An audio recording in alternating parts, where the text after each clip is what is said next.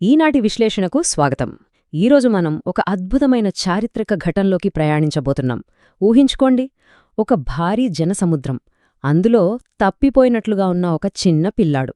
అవును, ఈరోజు ఈ మొత్తం కథను ఆ చిన్న పిల్లాడి కోణం నుండి అర్థం చేసుకునే ప్రయత్నం చేద్దాం. ఆ బాలుడి స్థానంలో ఉండి చూస్తే మనం ఎన్నో ఆసక్తికరమైన విషయాలను గమనించవచ్చు.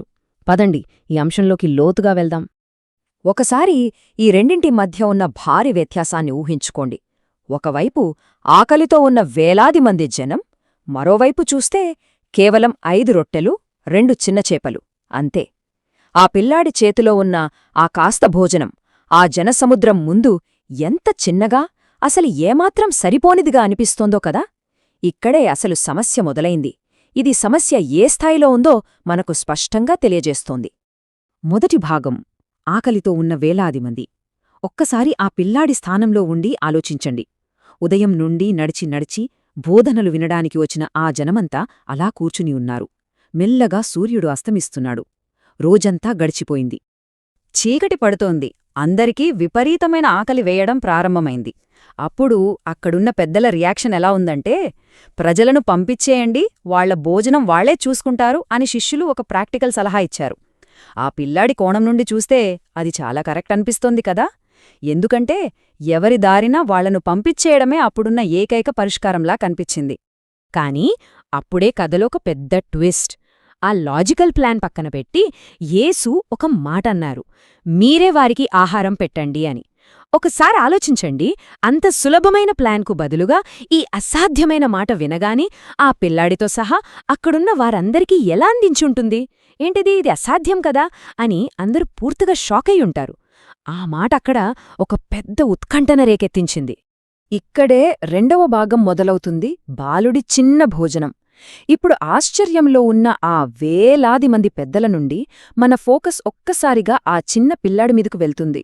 అంత పెద్ద గుంపులో ఏమి చెయ్యాలో తోచక చూస్తున్న పెద్దల మధ్య ఆ బాలుడు తన వద్ద ఉన్న ఆ కొద్దిపాటి ఆహారంతో నిలబడి ఉన్నాడు.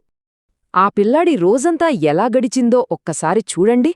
పాపం, అతను కూడా మిగతా వారిలాగే చాలా దూరం ప్రయాణించి వచ్చాడు.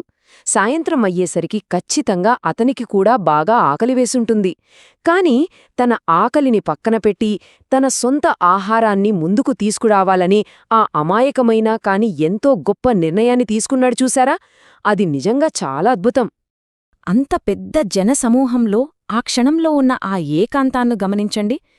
ఎవరి దగ్గర ఏమీ లేనప్పుడు ఆశ్చర్యకరంగా కేవలం ఒక్క చిన్న పిల్లాడు మాత్రమే తన దగ్గరున్న 5 రొట్టెలు 2 చేపలతో ధైర్యంగా ముందుకొచ్చాడు. కేవలం ఒకే ఒక్క బాలుడు ఇలా తన వంతు సహకారం అందించడానికి రావడం ఇక్కడ మనం గమనించాల్సిన అతి ముఖ్యమైన విషయం. ఇక మూడవ భాగం, యేసు చేసిన గొప్ప అద్భుతం.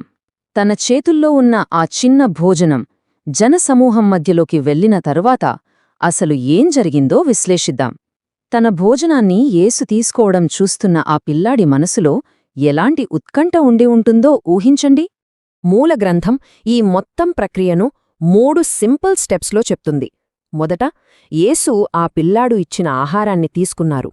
తర్వాత దేవునికి కృతజ్ఞతలు చెప్పారు. ఆ వెంటనే ప్రజలకు పంచడం మొదలుపెట్టారు.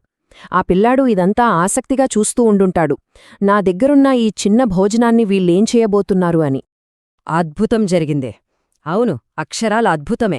ఆ భోజనం వేలాది మందికి సరిపోయింది. ఆ దృశ్యం చూసి ఆ పిల్లాడికి మైండ్ బ్లాంక్ అయిపోయుంటుంది కదా. తాను తెచ్చుకున్న కేవలం 5 రొట్టెలు 2 చేపలు అక్కడున్న ప్రతి ఒక్కరి ఆకలిని తీర్చడమంటే మాటలా? అసలు కలలో కూడా ఊహించుండడు. అతని కళ్ల ముందే ఒక అసాధ్యమైన కార్యం సాధ్యమైంది. ఇంకో సర్ప్రైజింగ్ విషయం ఏంటంటే, ఆ అద్భుతం ఏ రేంజ్లో జరిగిందో ఈ 12 అనే సంఖ్యను బట్టి మనం అర్థం చేసుకోవచ్చు. ఆ వేలాది మంది కడుపు నిండా తిన్న తర్వాత కూడా ఏకంగా 12 బుట్టల ఆహారం మిగిలింది. అసలా పిల్లాడు మొదట ఇచ్చిన ఆ చిన్న కానుకతో పోలిస్తే ఈ మిగిలిన ఆహారం ఎన్నో రెట్లు పెద్దది. ఇది నిజంగా ఊహకు అందని అద్భుతమైన విషయం కదా.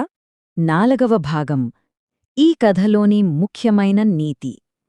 ఆ రోజు ఆ బాలుడితో పాటు ఆ జనసమూహం మొత్తం దేవుని మహిమను కనులారా చూసింది.